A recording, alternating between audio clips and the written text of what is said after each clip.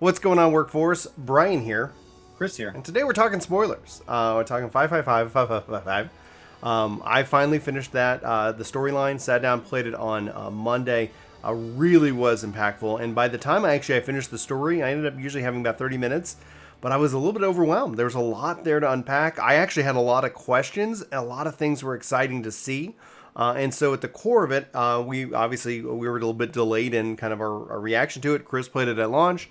I ended up playing it yesterday, and so we're making our 555 impressions and thoughts video. This is going to be spoilery. So just Super be spoiler. yeah. So if you guys have not played 555, hopefully you come back and check out this video if you want. Thank you. Have an amazing day, and we will see you soon. If you're watching us live, feel free to mute the tab. This should take about 15, 20 minutes. As our typical video length ends up being. Chris, let's start with you. Obviously, I'm fresh off of 555. You have had over a week with it. How are you feeling, man? I liked it a lot more than 5.5. 5.5 was good, but first of all, it was the first half of a thought, and so it kind of didn't really finish out as neatly as 5.5 did. The dungeon in 5.5, Pagelthan, I really thought that the build-up to the lunar primals was going to be much more like... I really thought it was going to be something bigger. We were going to build towards this thing. I pictured like a really cool trial series, or maybe new deep dungeon bosses, or something that would be more challenging than a casual mode dungeon. And so that didn't really feel that epic. The 5.55 did kind of pick up on that. The scenario, we get to fight a bunch of lunars. Yeah. And it really made me crave even harder. Lately, you've heard me saying, hey, as a mid-core step from casual to your first extreme, it would be neat if they had extreme versions of role quests or extreme versions of some scenarios. I can tell you that mechanically, those lunar things could have been a bigger thing, and an extreme version of the scenario where we got to fight the lunars would be a great way to teach you how to play. Yeah. So one of the things I noticed about the lunars, obviously from a combat content perspective, you end up going off in 3 different groups, fighting Odin, fighting Ravana, and fighting Ifrit. Yeah. And that with the lunar aspect, it's interesting. They clearly weren't what we've seen in the past, right? Ravana doesn't talk. He's not sitting here, giving you guys that like audio cues in terms of his, in his design. I wasn't feeling taunted, and if for some reason I had that like turned off, that's just something I noticed. It was like, okay, he was Ravana. He was fun. I mean, just gameplay wise, I want that combo system as a part of our normal hotbars. Like, I absolutely adore that, and then the fact that they've got that working, I was like, let's go. 6.0, I think that would end up helping to solve a lot of things, because I felt like it was still plenty complex, easy enough to learn, obviously, when you're going into playing another character for a short period of time. But those fights I thought were just masterfully fun. What did you think about the choice with Odin, Ravana, and with Ifrit? Like, I thought, like, we've seen Ifrit, so I was like, that wasn't a surprise, but Odin and Ravana were, for me. And then at the same time, it's like, man, like, why them? Why not somebody else? Like, that was kind of the first question I started asking. Like, was there any significance to that to you? Because, go ahead. Mechanically, I think you want to pick people that we didn't pick for the Unreals. So you stay away from Leviathan. You stay away from Titan and Garuda, right? Because those are the 3 we've gotten. Yeah. And so mechanically, we've now kind of made a lap through a lot of the iconic older primals. So mechanically, that was really clever. Story-wise, I don't have enough knowledge here to know the significance of those. And if there are different tiers of primals, obviously we know at this point that Hydaelyn and Zodiark are really just kind of these elder, more ancient primals. These more pure, epic, top-level primals. Yeah. And so it does make me ask, like, are there lower levels within a lot of game lore and fantasy lore that addresses demons? A lot of times there's different tiers of demons, and depending on the game, depending on the universe, sometimes that's a demon that you progress through. As you become a more ancient demon, you evolve, and sometimes they're actually different species altogether. You're born into a tier, and it's more of a class system. And so I don't really know how primals work in that way. And fighting these lunars made me wonder that. I didn't wonder that before. It made me wonder that. It made me wonder what's going on with primals? Are there different tiers of primals? Is the tier something determined by the summon? Like there's different tiers of the same core essence. Like if you have a primal that represents, on a simplistic level, a primal that represents anger or something like that, right? Is the amount of anger that summons that primal what determines the tier, or is the concept of anger as a whole a emotion or a response that only has this level of interest in it, right? It's, oh well, that's a really simple feeling, and so it can only be this complex. I think that's it just made me ask a lot more questions about what a primal is, right? And in general, 55555 just made me realize, like, I have got to get caught up on story. Because Endwalker is going to make me just ask questions that the game does have answers to, right? And so the best way to have that is I've got to go back. Speaking of that, that is the first time we've seen Hydaelyn, right? Yes. I'm glad that you thought that was Hydaelyn. I was like, that's Hydaelyn? Holy crap. Yeah, like, but you gotta remember, like, I've listened to Hydaelyn's voice recently because I'm in ARR. Right. Well, I was wondering if they were gonna do Minfilia. I'm finishing up ARR, about to go into Heavensward. I was like, that's not Minfilia. It's like, because for us in our interaction, it's always been with the giant crystal that we've seen Hydaelyn in the past, and then tapping into that further in the sense that Minfilia was acting as the voice, the arbiter of Hydaelyn, acting as her voice, and so she took on that physical representation. This, in the case, was Hydaelyn, which we have not heard from in a long time. Where even in the past of the build up to the story, is like, hey, is something cutting off our connection to her or our voice to her? And having her kind of come back in here was really curious and exciting to see, right? And that aspect. Go ahead. So how did we decide the avatar? So the avatar was obviously of a human form. And so the avatar of a human form, is that the Ascian at the core of her being created? Could be. That'd probably be a really good question for Ethius, because I don't know. Because obviously we know that it takes great sacrifice to kind of bring these into being, right? And so it makes me wonder who gets to be the face of Zodiark. It does start to answer that. Is she only in that form because that's easiest for us to process? Right. And why are we the only one that can see her? Oh, we've always only been the one. Like, anybody else of the Scions have not. Outside of the ones that get called in when we've met with Minfilia as a part of, like, when we've dealt with people from the Source and the First and so Y'shtola seems to have a sense of that sort of thing. Yeah, she's got the etheric. Her eyes are allowing her to see that kind of stuff. It did feel odd that no one else could even feel her presence for being something that substantial. It feels odd that it wouldn't have a wake in the energy of the area. She's also been getting weaker and weaker, at least from the different calamities and the rejoinings and things like that, right? It was a big deal. Yeah. As soon as I heard her voice, I wondered if that's who it was. I was like, oh my gosh, that sounds like Hydaelyn. Yeah. And so that was a big moment. We've given ourselves a reason to interact with Hydaelyn. Yes. We've given ourselves a reason to believe that Fandaniel and Xenos don't need to be the sole focus, because it turns out we can beat Lunars in a scenario. And so it turns out Lunars are no big deal. Super easy, barely an inconvenience. So that means that we don't have to fight Lunars all of 6.0 or into 6.1. We can dispel them literally 3 at a time.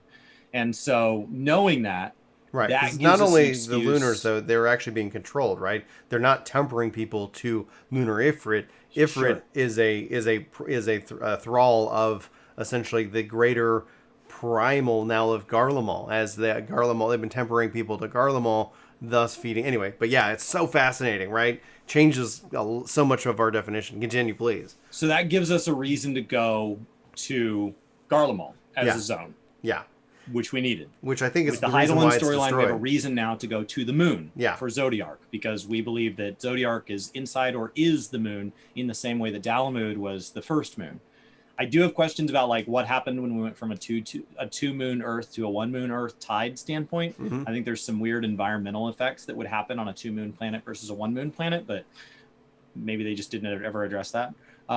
It's a fake universe, and from there, we need a reason to go to old Charlan, and so we've obviously been interacting with the Charlans.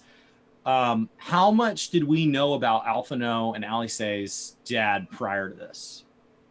So we knew that he's a sage, that he's a part of the forum.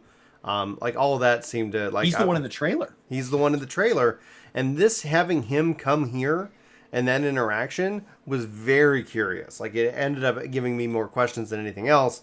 Namely, obviously, like the constrained relationship that he has with his kids, that they typically respond and communicate. The fact that they're still in communication with Charlan through their mother.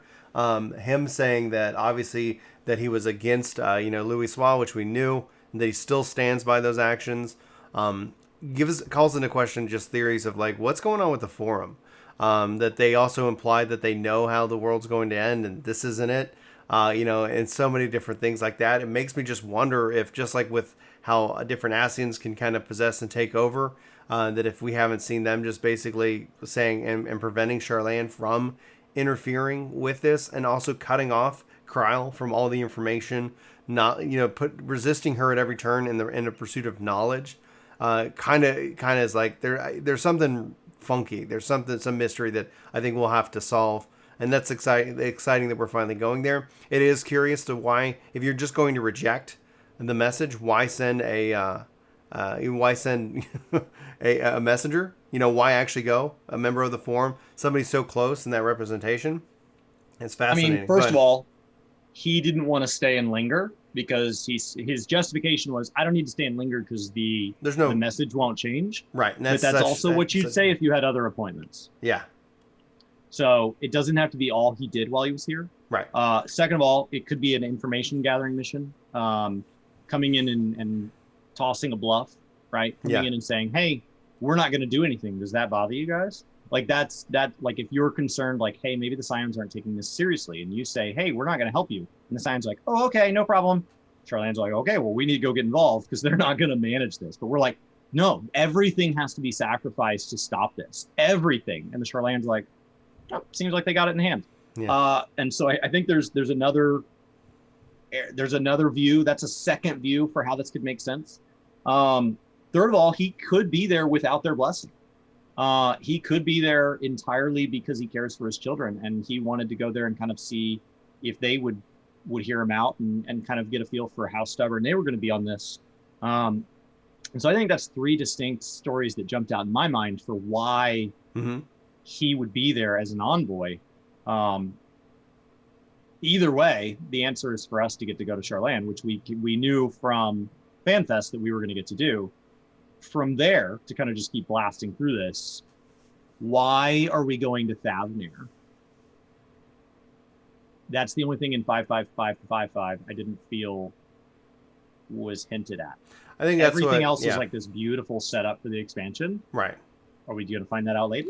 A lot of Moon, a lot of Charlan, and then, not a lot of references to Thavnir, which at the end of the day, like, I think that's what, like, it seems like our direction is set with Charlan being kind of a real key, pivotal point of the story, which excites me beyond belief, because just like Chad's talking about right now, we've seen the Ascians be involved with Ishgard. We've seen them have impact on nations, and so we now have a united Eorzea with Beast Tribe, and with with all the 3 city-states, or 4 city-states, 5 city-states now. Geez, like we've amassed this power, and then Charlan being the 6th kind of key to finish that off. And their resistance is kind of tells me there's something, and there's some motivation, things like that, because they say like they're supposed to be I guess the chroniclers of history. They're not supposed to interfere with it.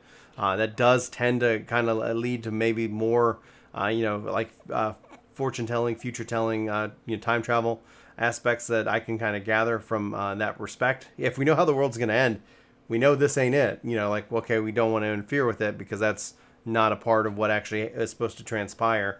Will be interesting to see. What I found interesting beyond that, because obviously the only way those questions are going to be answered is in 6.0, and well, actually just 6.0.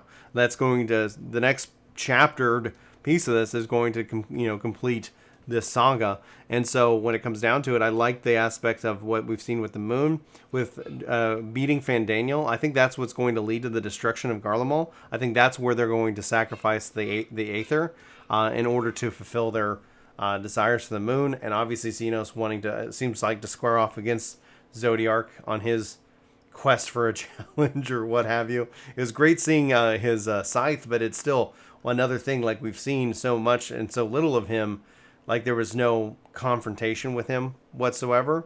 And so it ended up just being that the big fight was existing with the primals, which I thought was a little bit of a kind of a bummer. I'm looking forward to seeing what he can and will do in terms of that. I guess it makes sense that if we're not supposed to beat him yet, that if we fight off with him, is he going to beat us or is we're going to beat him? But that ended up not being part of it. He could be the trial halfway through the story. That'd be awesome. That'd be fantastic. That way we leave some spoiler for the final trial. Yeah. Which I personally would hope is a Heidel and Zodiark matchup. Right. Obviously that's still really in the realm of not surprising us. It makes me question why the Warrior of Light is who we are. I don't think it's that we chose to be the Warrior of Light. Right. I think it's a lot more fated, and typically in narrative arcs, when something is fated, and there's a big long arc there, it's not uncommon for that person to have to see some serious sacrifice.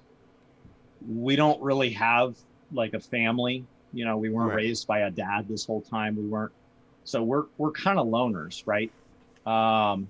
Which puts us more in the realm of something like Harry Potter, and less like Lord of the Rings, where you have these people with you. And so we have these scions, but we found them along the way. We were the Warrior of Light when we got here. Yeah. And so we've joined them. It kind of makes me wonder if we're a lamb going to slaughter.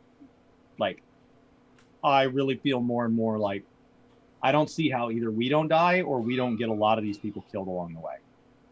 And so that makes me ask, when we've had job introductions in the past, and how well addressed was it why Thancred made the move? How well addressed is it? Do we need to be concerned that we now have a Sage? Like, is his move to Sage going to be on the heels of a sacrifice? I don't know. We didn't see really anybody die or sacrifice. Death into Dawn.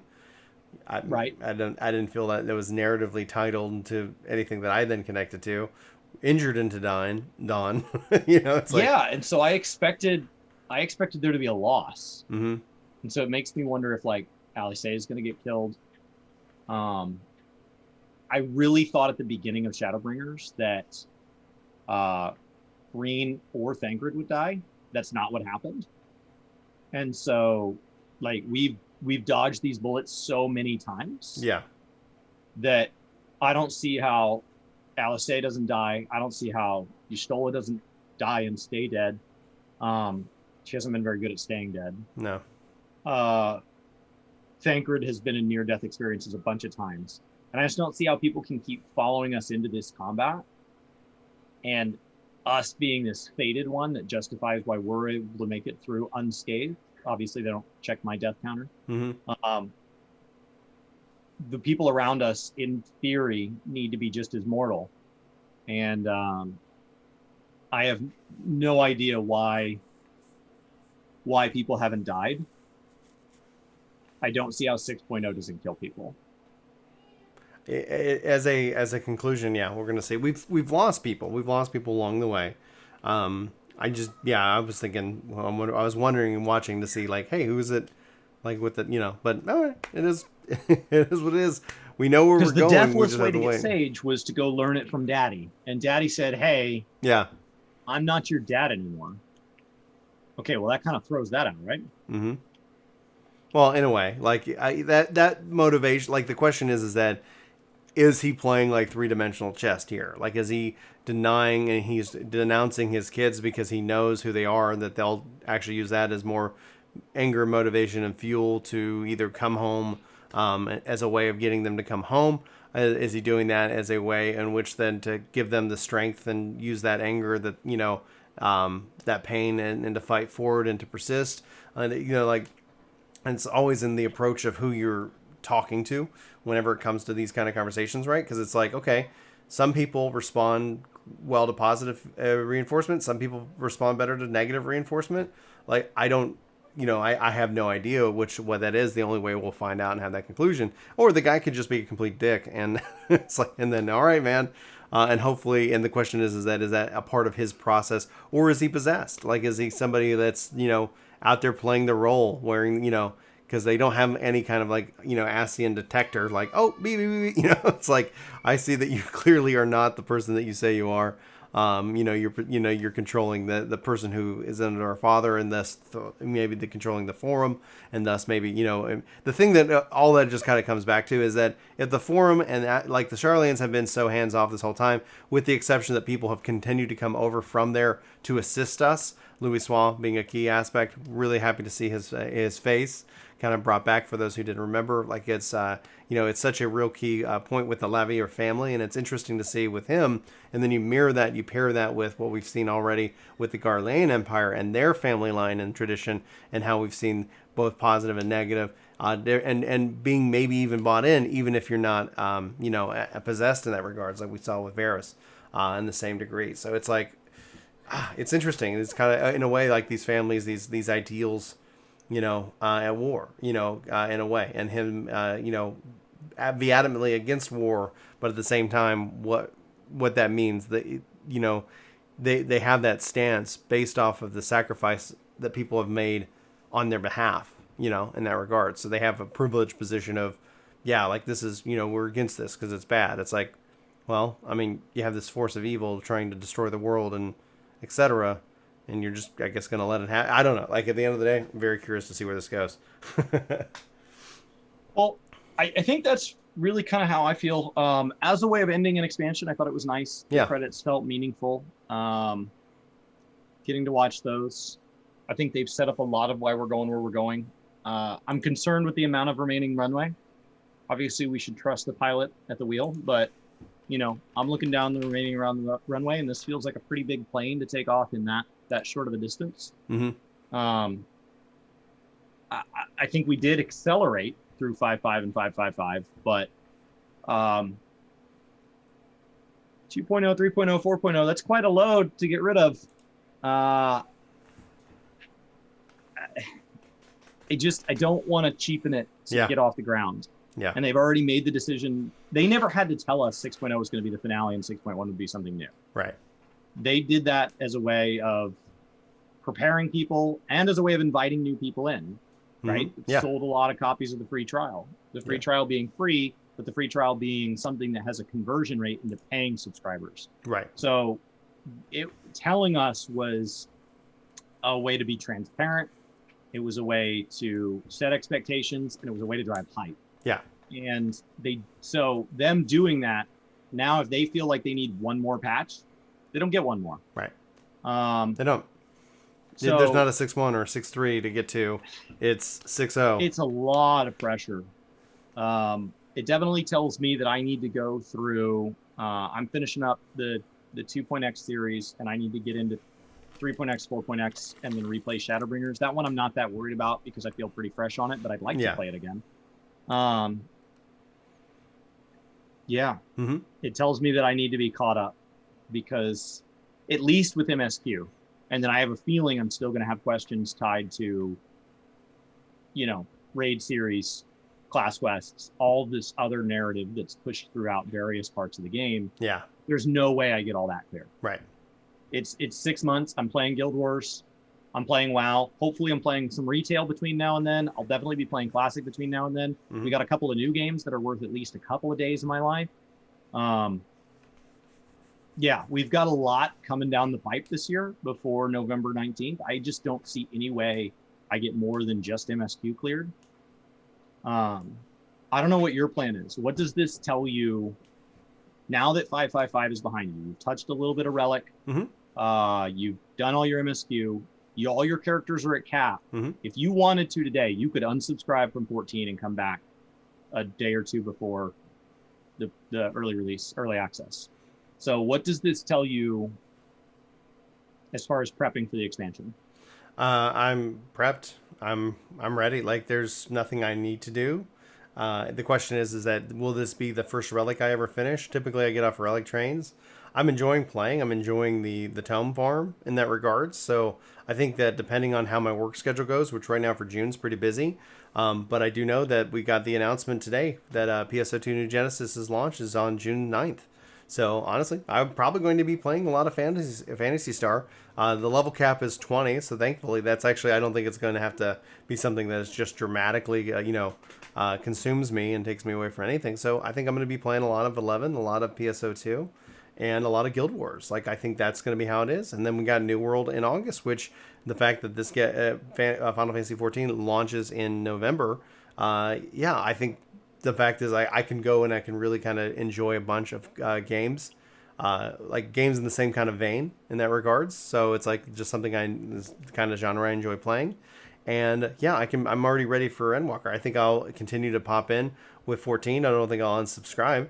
But yeah, I'll keep popping in. I'll do some Zandalore. I'll do some hanging out community stuff, but I'm probably not going to stream it. And at least until after June. Once I get this project knocked out and delivered, I'll have more free time. We just had an emergency project come in, so at the root of it, like I feel like I'm in a really good spot. I'm going to follow Yoshi P's advice. Like there's no point on me burning out. But there's plenty of things for me to do in the game. So I'm going to lean in on the things that I find enjoyable, and I'm going to make sure that I take time to play other games that excite me. It's a weird formula as a content creator. And if the question is that, if the community wants to come along those journeys with me, great. If they don't, then that's great too. Like the goal is that I'm going to share the things I'm passionate about that I love. I would put out that challenge that like, if we get any video that hits the 10K, like ratio, 10K, likes, I'll happily play through ARR story all the way through Shadowbringers, and I can stream that depending on my schedule. But I'll do that. Like if that's what people want, but that's the challenge that I issue 10K. We probably had a 10K video that's like on like a guide that lives out there for forever and ever. But never like but not something that lives and dies in 30 days. Yeah, exactly. So that is what it is. That's where I'm at. I couldn't be happier. I've really appreciated the Shadowbringer storyline. Very excited for Endwalker for multiple reasons, and seeing Heidelin was really interesting to see. And then people have said that like you can kind of see her face on the box, and it's like okay. I think I'll double check that. That'd be kind of neat. Like, hey, we showed her to you, and we never knew. Like, who's this lady? Oh, it turns out that's Heidelin. So, very curious to see how that all ends. How about you? So I think for me, my plan is to cap out. I'd like to cap all my healers and casters. Mm-hmm. I'm going to cap Red Mage through Zadnor pretty quick. I've got Summoner Scholar to 50, so now I can start using Tomestones of Pageantry to start grinding that up. I think that's going to have a pretty big effect on Mondays now that Housing Savage is over. Mm-hmm. And then I'll just have Astro left, which is at 31. Relic-wise, I do want to finish all 4 tanking relics. 3 of them are on the Deliverance step, and 1 is ready to finish up Zadnor. That's what I'm working on right now. Mm-hmm. So once the Warrior one's complete, I'll go back to grinding that. Getting better at tanking. I do need to go get a blue parse on 3 of the normal Edens to finish getting all 16 blue parses across my tanks. Mm-hmm. Just being top half in all 4 fights on all 4 tanks. And I'd like to clear the tier. So I cleared Diamond DX at least once. I cleared E9 and E10 at least once. It would be nice to get more than 1 clear on those, but if not, that's okay. I'd like to clear those at least once. Lama Todd's reached out and said, hey, whenever you're ready. So either this week or next, it'll probably be an evening stream or something. I'll just hop in on his stream times. Nice. Won't be anything official. Not going to put a big, so, make sure you're following on our Twitch page with the bell on it. It'll be something where he'll be live. He'll be playing on Aether and I'll just hop in. So really I'll try to tweet it out maybe. So it won't be anything hugely promoted like the charity event was, because mm-hmm. it's more for just kind of expanding on my journey, and getting to collab with Todd's really cool. And playing with somebody that knows their way through Savage is a huge advantage when going through your first tier. Yeah. Other than that, like I'd love to mess around with some minimum item level. I'd love to kind of mess around with working on some triple triad. There's plenty of things to pass the time.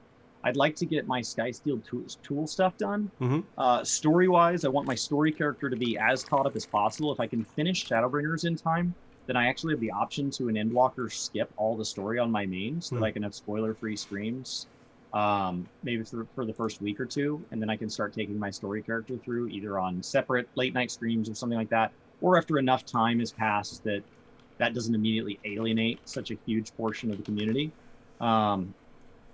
And then kind of journey through that at my own pace, because we've got from 6.0 to 6.1 to get it done. It doesn't have to be done day one. Right. I think really I'm in really good shape for having 6 months left. Yeah. I'll be done with the leveling portion relatively soon.